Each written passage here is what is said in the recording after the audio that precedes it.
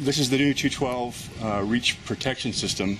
It's basically a wearable throw bag that's actually a built-in harness and reach system that's a kind of an escape bag. And the whole system floats if you toss it in the water. Let's go ahead.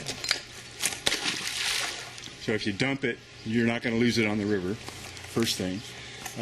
Second thing is, let's see, easy on and off with this Cobra Austrian Special Forces type buckle. It's actually made by Spedco, but it's strength rated. It will not come off when loaded, right? So if I pull tension on this and I press the ears, I can't unload it. I take the tension off, it unloads. And additionally, when I pull out on this loop, it'll actually release the tension on it and it'll slip through. So it's a backup quick release on the whole system. Okay? And then the bag itself, to put the thing on, is pretty simple, right? And put it on the waist, bring it on, it comes up on, puts on up underneath the life jacket, right? Shift it so where basically you have your bag that sits on you and it's very secure, won't come off, right? Unless I basically take and pop the release here and it'll come off. You don't have to open up the bag. It'll automatically feed out. So if I just take this and I toss it without even basically opening the bag up, even if I'm underwater, I can accurately toss the bag. If I want to release the system, come up here and get a close-up on this. We have a strength-rated sew job here that's a rope-to-webbing connection. Yeah. And this is a World War II strength-rated parachute buckle, stainless steel. And if I'm pulling tension on that and you want to release, you pop that loose with the quick release and the whole system is gone. And there's no knot in the system, right? For our British friends, make them happy. So it's a no-knot system. So you won't get your rope snagged if you're retrieving it. The idea being is that you're setting an escape line down. And then if I want to convert this over, all right, so let me tension this up just a little bit. On the back, everything is designed on the back to be blindly capable of opening it up and pulling your reach out. The reach won't come off because it's actually sewn in. I've got this rigged basically with a close-up on this here. It's actually got a quick draw that goes around the belt in the back, goes onto a locking biner, right? Close that off. So I can basically pull the reach out if I'm getting ready to attach it, come over here. If I'm the one that's going to actually do the rescuing, I can come over and I can do my old sew knot. And I just do half of a double fisherman's knot, the knot I use because it's quick. And it works perfectly fine. All right?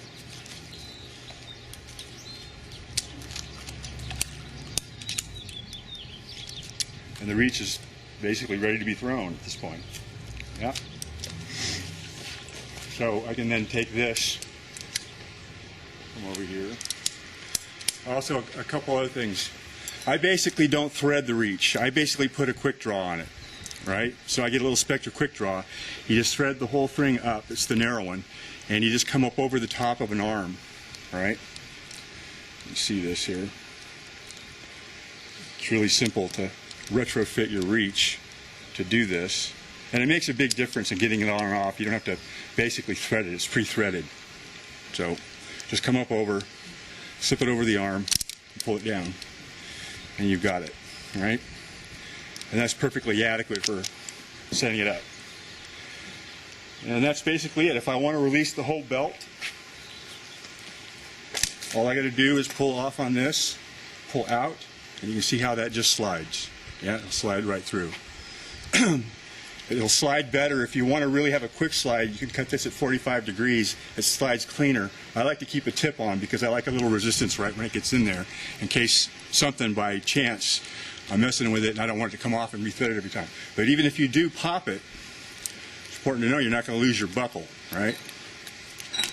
The buckle's just going to come through and you'll find this whole thing and it still floats. Okay? The whole system is designed at any point if you lose any piece of it, you're going to find whatever piece of it you've left in the river floating, okay?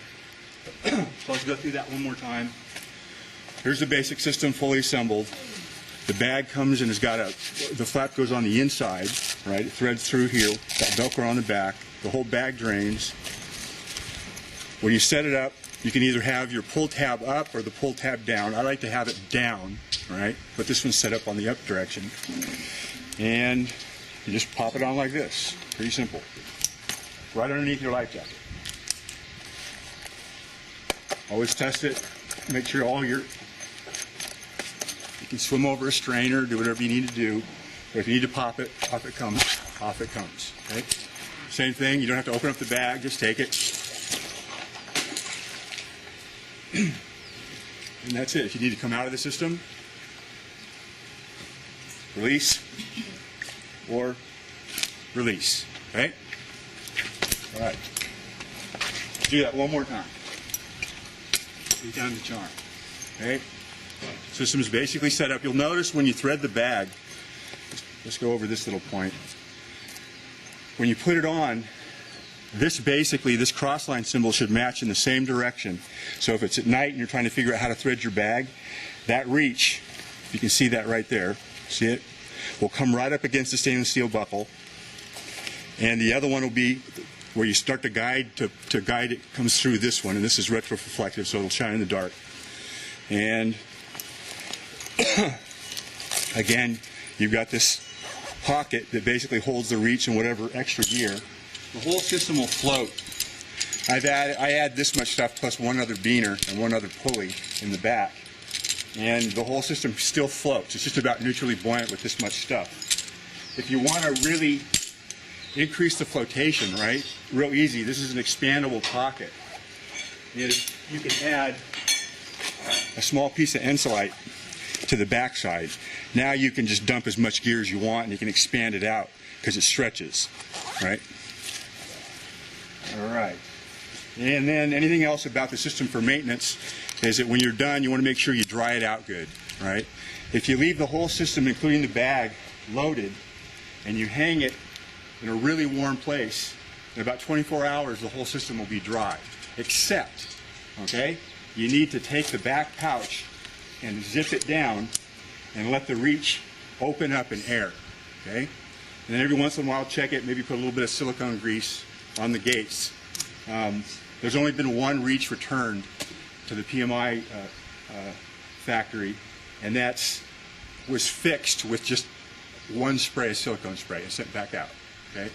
So you shouldn't have any problems with it, even from repeated water use. Okay. This is the accessory pack that comes on the back of the belt. It floats, it's got extra flotation in it. But the biggest thing here is that to replace the pseudo belays or belays period off the life jacket that you're doing to go down into sketchy places, yeah, the big no-no. The idea here is that we have a belay attachment that's rated now, right? So we've got the reach attached here. If you want to do a pseudo belay to lower yourself down something, you've got the belt on. It's got a strength rated buckle to attach it to you, so when it's loaded it's not going to come off. And now this goes all the way around the back of the belt, and you've got a beaner here, a locking to put in there, attached to the reach. If you want to take the reach off, you can take the reach off, but you still have a hard attachment point to the back of the belt. Okay?